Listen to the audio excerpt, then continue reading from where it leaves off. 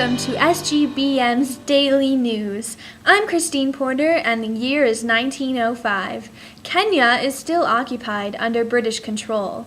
About a year ago, we filmed a certain Englishman by the name of Sir Harry Johnson and about his trip to Kenya. Let's show the clip again now, shall we? Hello SGBM. After my recent trip to Kenya, I discovered that here we have a country, and I can say this. With no thought of injustice to any native race, for the country in question is either utterly uninhabited for miles and miles, or at most its inhabitants are wandering hunters who have no settled home or whose fixed habitation is the lands outside the healthy area.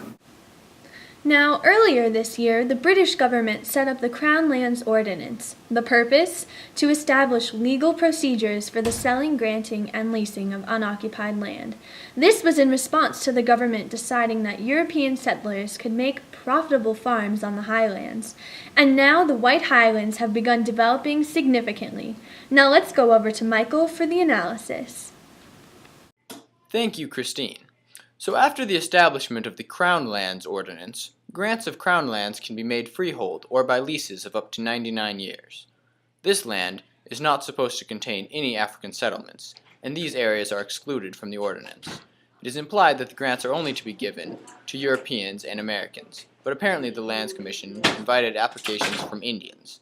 Not surprisingly, no Indians or Africans were given any grants. Back to you, Christine. Thank you, Michael. Currently, the term highlands has begun to take on a special meaning. It is now used to reference any ideas that have a climate suitable for Europeans to live in. The typical lower limit is generally 5,000 feet above sea level or any areas above 5,000 feet that are not currently occupied by an African tribe.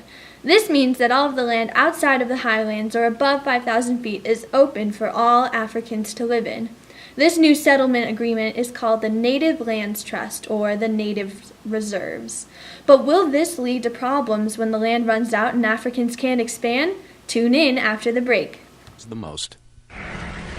You smell that? Yeah, campers. I like the guy on the right. No, the steak grilled taquitos, the carne asada steak. Carne asada. Yeah, I know, it's fun to say. It's like carne asada. Now you say it sexy, like this, like carne asada. Carne asada. No, sexy, like Ricardo Montalban, carne asada. Carne asada. Ricardo Montalban. Taco Bell's new steak grilled taquitos with carne asada steak for authentic carne asada. Oh, okay. Carne asada. No, still no. Think outside. Welcome back after the break, everybody. The current White Highlands are the big story today.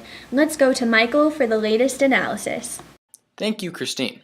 To determine which areas are becoming the new White Highlands, we must identify the two key influences: the construction of the Uganda Railway that extends to the unused land. The Ugandan Railway has become an easy access route to the Europeans to get into the interior of Kenya. The railway certainly had its financial problems, but today we have many established White Highlands near the train that were built by the British. The route of the train goes through the best land so that the Europeans can get to their highlands. Back to you, Christine. Thank you for your fascinating perspective, Michael. The latest research shows that the African settlements are now typically found where there was a reliable source of rain and fertile soil. This is especially prevalent in the Lake Victoria region, the slopes of Mount Kenya, and the Aberdares. The areas above 5,000 feet have shown to have infrequent rainfall and required there to be extensive grazing by livestock. Let's go down to the scene where we have the Maasai leader now. Tell the viewers what your strategy is to find land and how the Europeans affected the land. The Maasai are an aggressive people. We like to be isolated and we have to keep moving to avoid the Europeans. We must keep cultivating our groups away from European influence. The Europeans always show up and cultivate the land. We never did that. The Europeans have considered the land uninhabited. They have named it part of the Crown lands. I understand that the Maasai people have had a difficult previous decade. Please tell the viewers what has been happening with your people.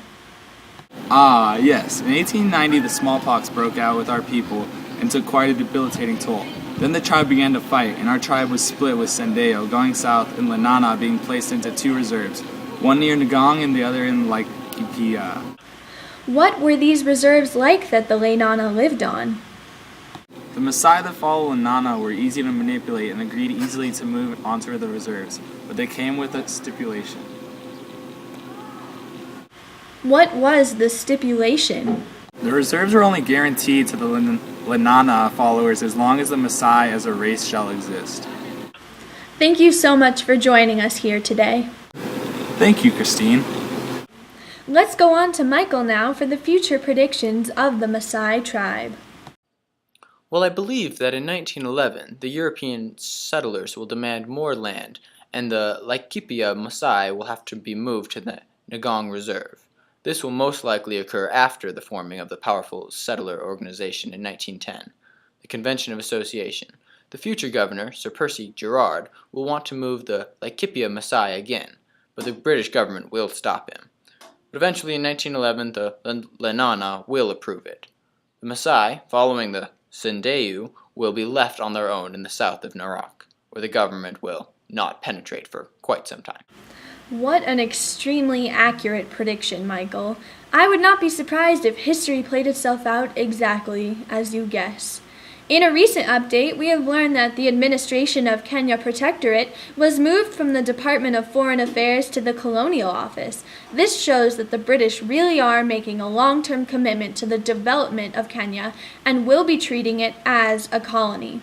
Let's go to Governor Sir James Hayes Sadler for a brief bio. Hello, SGBM. Thank you for having me today. I unfortunately have problems with standing my ground. Upon becoming the original governor, I found that it was incredibly easy to be influenced by the early settlers. I also allowed for more alienation of the land than there would have been had I not been so wishy-washy. There you have it, my friends, the full confession of Sir James Hayes Sadler. Thank you, Sir James. Moving on. Let's move on to our geographical piece tonight. Michael, do you have the latest? Yes, I do, Christine. Currently, 12,000 square miles consist of European settled land, and 7,000 of those consist of previous Maasai grazing grounds. But because there are no current boundaries to the White Highlands, I predict real boundaries won't be established until 1937. In between, the European settlements, however, are mini forest reserves and future national parks. However, lovely they may be, the only place more restrictions on the land available for Africans to settle or graze. That is fascinating stuff, Michael. Who is that with you now? I'm reporting live with Senior Chief Koinanji on the scene, who is here to discuss his take on the disputes regarding land ownership that arose between the Europeans and the Africans following the Crown Land Ordinance of 1902. Senior Chief Koinanji, will you please tell me how land ownership worked before the arrival of the Carter Commission? Yeah. Well, Michael, it worked very nicely. Can you elaborate, Senior Chief? Yeah. Our land ownership was entirely communal. We did not believe in individual people owning entire gitkakas, or homesteads, as you prefer to call them. We believed each homestead belonged to the tribe as a whole. How did the situation change following the arrival of the Carter Commission? The members of the Carter Commission brought with them a foreboding sense of superiority. They viewed us as landless and homeless savages. It did not take long for them to set their eyes on acquiring our land. And how did this make you feel, Senior Chief? Well, how do you think it made me feel? They turned themselves into the owners of our land, and they turned us into mere renters. The Europeans seemed completely unconcerned about how their actions affected us. It infuriates me. But why did they have to take your land? I'm sure there was plenty of land that was not being used. After all, the White Highlands are a large place. Well, the interesting thing about that is there really wasn't land we weren't using. Sure, we would give the land a break now and then. For example, part of our slash and burn agriculture policy required us to leave land fallow for several years at a time, but that was just so we could get better use of it in the future. Well, you have heard it straight from the mouth of Senior Chief Koinanji. Back to you, Christine.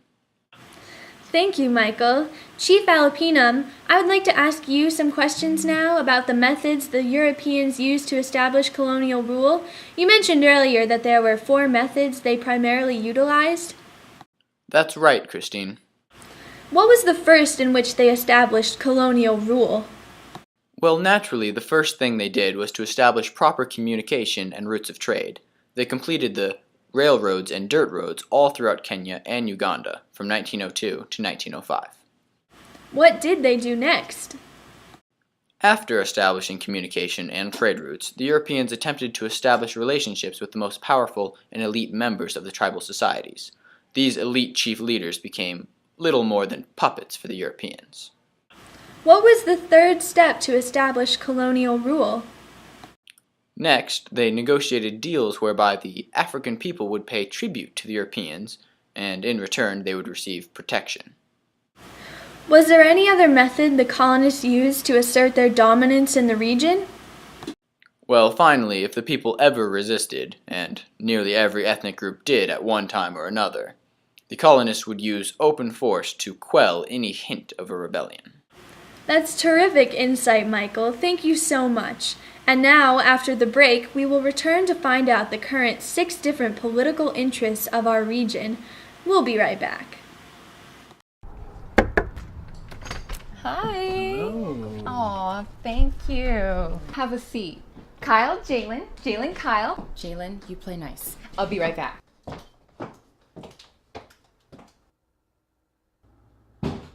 What's going on, little man? I see you got your game skills down, Pack. You might have your hands full once I'll pick up the controller, little man. Put it back. Keep your hands on my mama. Keep your hands on my Doritos. Jalen, are you playing nice? Welcome back to SGBM's Daily News Special on British occupation and the White Highlands. Before the break, we discussed the methods used to establish colonial rule, but now let's move on to the 6 different political interests of our region. Currently, the African interest wants more political influence and a say in government.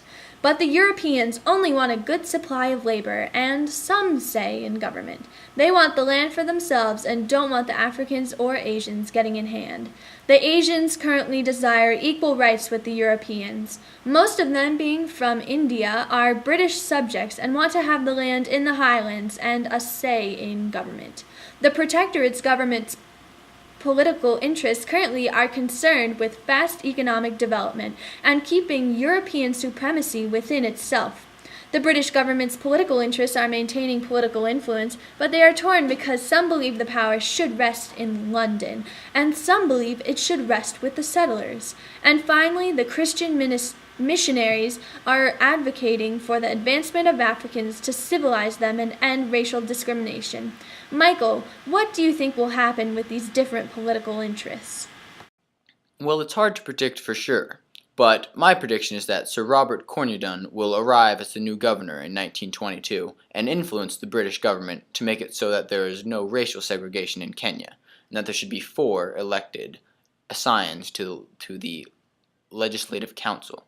I don't think the settlers will like this much, but ultimately there will be a study to reveal some fascinating news.